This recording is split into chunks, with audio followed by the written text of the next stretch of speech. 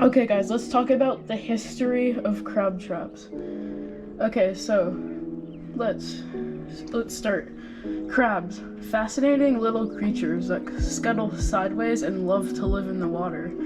But how do we catch these sneaky critters? Well, let's take a deep dive into the fascinating and surprising history of crab traps. Our story begins like thousands of years ago when humans first decided to make crabs onto their dinner plans. Okay, imagine this. The first fishermen were out there with simple nets and spears, probably wondering why their lunch kept escaping from them. Let's be honest, trying to catch a crab by hand is trying to catch a soda with chopsticks. Frustrating, but eventually people started to think, maybe we need a better plan. Fast forward a few more centuries, we arrive at ancient civilizations. The Egyptians, the Greeks, and the Romans were all about the seafood. They were original seafood lovers before it was cool. And so they started creating traps, not for crabs yet, but more for fish. These were essentially the great-grandparents of the crab trap. They were baskets made of reeds and twigs, shaped like an hourglass or a cylinder, perfect for trapping fish. It's like the ancient version of a snack trap. You catch a meal and then you enjoy it. Skip ahead to the medieval times. This world is filled with knights, castles, and crabs. People in the coastal regions were getting more creative with their traps, adding weight and better designs.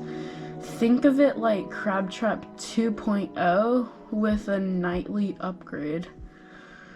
Okay, maybe not that kind of upgrade, but let's just say these traps were getting pretty clever. The first real breakthroughs in the design involved using funnels. Crabs could enter, but they couldn't exit the trap. Traps were now officially designed with crabs in mind. By the 19th century, crab traps had evolved into almost what we know today. The classic wire traps that were simple, effective, and look like a small cage for crustaceans. The technology wasn't high technology, but it was exactly what the crabs didn't want. And now not forget the modern crab traps. Over time, people got fancy.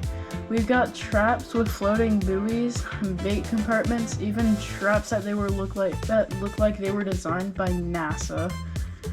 These newfangled traps are highly efficient.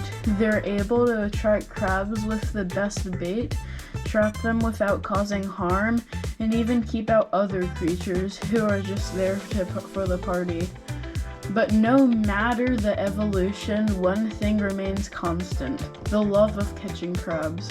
Whether you're using a basic wooden trap or the latest in underwater engineering, there's something satisfying about hauling a bucket full of these pincers from the deep. And so, from ancient baskets to modern-day wire wonders, the history of crab traps is a tale of innovation and, let's face it, a lot of crab luck. Who knows what the future holds? Maybe we'll have flying crab traps, or traps that send us the crabs through the mail. In the end, we catch crabs not just because they taste good, but because the fun history we've got behind it.